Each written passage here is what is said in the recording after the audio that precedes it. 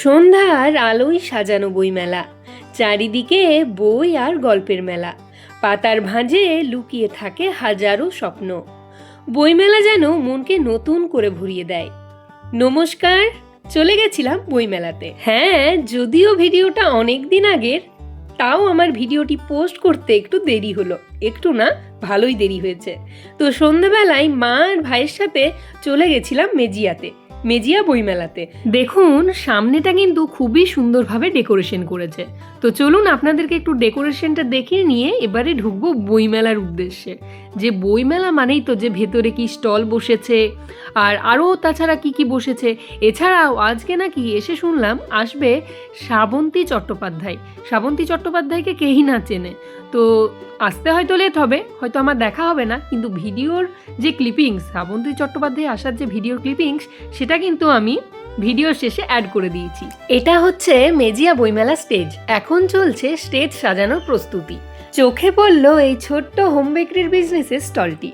ছোট্ট হোম বেকারির পেছনে থাকে অনেক স্বপ্ন আর পরিশ্রম। একটা অর্ডার, একটা শেয়ার এবং একটু সাপোর্ট ওনাদের জন্য অনেক বড় শক্তি।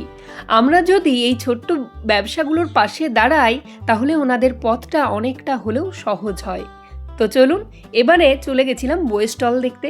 বইমেলায় আসবো আর হাজারো রকম বই দেখবো না, সেটা কিন্তু কোনোদিনও হয় না, তাই না? এক কথায় যদি বলতে চাই, তাহলে বইমেলার সবচেয়ে সুন্দর মুহূর্ত হলো স্টল থেকে স্টলে ঘুরে বই দেখা। কোথাও নতুন গল্প, কোথাও প্রিয় লেখকের বই চোখে পড়ে যায় হঠাৎই। পাতা উল্টে মনে হয় যেন নতুন একটা দুনিয়া খুঁজে পাচ্ছি। এইভাবেই বইমেলায় হাঁটতে আর স্টল ঘুরে বই দেখতেই অনেকটা সময় আমাদের কেটে গেছিল। এক সময় বইমেলায় ঢুকলেই চারিদিকে শুধু বইয়ের স্টলই চোখে পড়তো।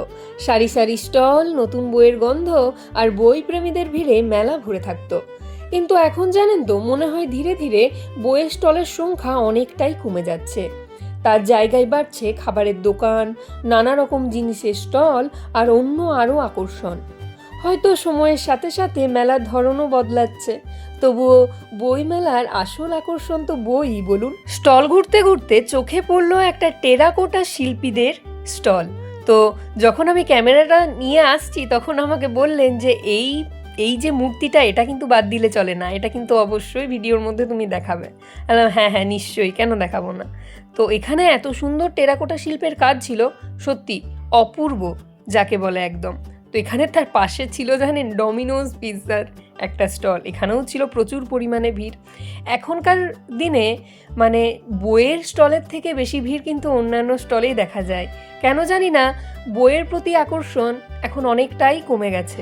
আজও অনেক মানুষ শুধু বইয়ের টানেই বইমেলায় আসেন, নতুন বই দেখতে, প্রিয় লেখকের লেখা খুঁজে পেতে আর বইয়ের সেই পরিচিত গন্ধটা অনুভব করতে। তাই সব পরিবর্তনের মাঝেও বইমেলা এখনও বইপ্রেমীদের কাছে এক বিশেষ অনুভূতি হয়ে আছে। বইমেলার মঞ্চে আজ উপস্থাপন করা হবে একটি নাটক। গল্প, অভিনয় আর সংলাপের মাধ্যমে ফুটে উঠবে এক সুন্দর কাহিনী। বইয়ের সাথে সাথে এইসব সাংস্কৃতিক অনুষ্ঠান বইমেলাকে আরও প্রাণবন্ত করে তোলে। তো চলুন, অনেকক্ষণ থাকা হলো বইমেলাতে, এবারে সকলের একটু খিদে পেয়েছে। তো সামনে দেখতে পেলাম একটা খাবারের স্টল, কেকের স্টল। আর এই খাবারের দোকানটির নাম হচ্ছে দীঘা 2। এখানে অনেক ধরনের মাছ পাওয়া যাচ্ছে। তারপরে পাশে চোখে পড়লো এই সুন্দর মূর্তির কালেকশনগুলো। দাঁড়ান, আপনাদেরকে রাধাকৃষ্ণ আর গণেশ ঠাকুরের মূর্তিটা একবার দেখাই। সত্যি বলছি, দেখলে চোখ জুড়িয়ে যাবে। কিন্তু ওই দেখুন দুটো মূর্তি, দেখুন কি সুন্দরই না দেখতে লাগছে। মেলায় এসে বিভিন্ন ধরনের জিনিস দেখতে কারই না ভালো লাগে বলুন। আর প্রত্যেকটা মেলায় এই একটা আচারের দোকান কিন্তু থাকাটা ম্যান্ডেটারি। আর আচারের দোকানের আচারগুলো কিন্তু হয় ভীষণ সুস্বাদু। চারিদিকে বিভিন্ন ধরনের দোকান বসেছে আর কিনেও নেওয়া হয়েছে এই কুশনটি। আর মেলায় আসবো, একটু ফুচকা টানবে না, সেটা কিন্তু হয় না বলুন। তো তাই ফুচকা খেয়ে নিলাম। আর এই যে ভাই ফ্যান কিনে নিয়েছে। বই মেলা, এই একটা হলেও বই কিনতে হয়, কিন্তু ভাই কিনলো ফ্যান। ওর কিন্তু পড়াশুনোর দিক বলুন, বইয়ের দিক বলুন, ওর কিন্তু কোনো ইন্টারেস্ট নেই। আর এই ইন্টারেস্টটা যে ওর কীভাবে আসবে, সেটা কিন্তু আমরা এখনও কেউ জানি না। তো ওর এখন এগরোল খেতে মন গেছে, তো ও খাচ্ছে এগরোল। তো ওর এগরোল খাওয়া হলে আমরা যাব বাড়ির উদ্দেশ্যে। তো তার আগে আপনাদেরকে আমি শ্রাবন্তী চট্টোপাধ্যায়ের ক্লিপিংসটা দেখিয়ে নিই। আমি সবার কাছে ক্ষমা চেয়ে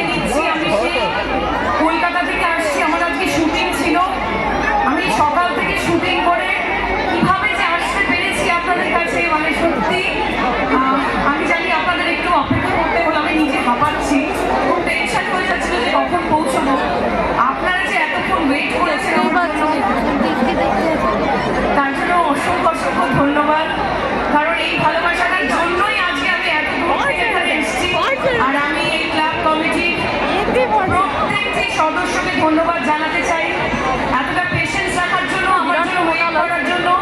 থ্যাংক ইউ সো মাচ আপনাদের সবাইকে। আমাদের মঞ্চে এই মুহূর্তে যাকে দেখতে পাচ্ছি, কারণ একসাথে কতটা যে স্পিড, এবং দিদি কখনো একবারও বলেনি যে স্পিডটা একটু নর্মাল কর, বলছে চল, কারণ ওখানে হাজার হাজার মানুষ আছে। আমি দিদির জন্য চাইবো মেজিয়া থেকে একটা চিৎকার আসুক। তাহলে চলুন আজকের ভিডিও এই পর্যন্তই। ভিডিওটি আপনাদের কেমন লাগলো অবশ্যই কিন্তু জানাবেন, আর বইমেলা সংক্রান্ত আপনাদের মতামতও কিন্তু জানাতে ভুলবেন না। ভিডিওটি ভালো লাগলে অবশ্যই একটা লাইক, শেয়ার এবং সাবস্ক্রাইব করে দেবেন। পরবর্তী ভিডিও আসছে খুব শীঘ্রই। নমস্কার।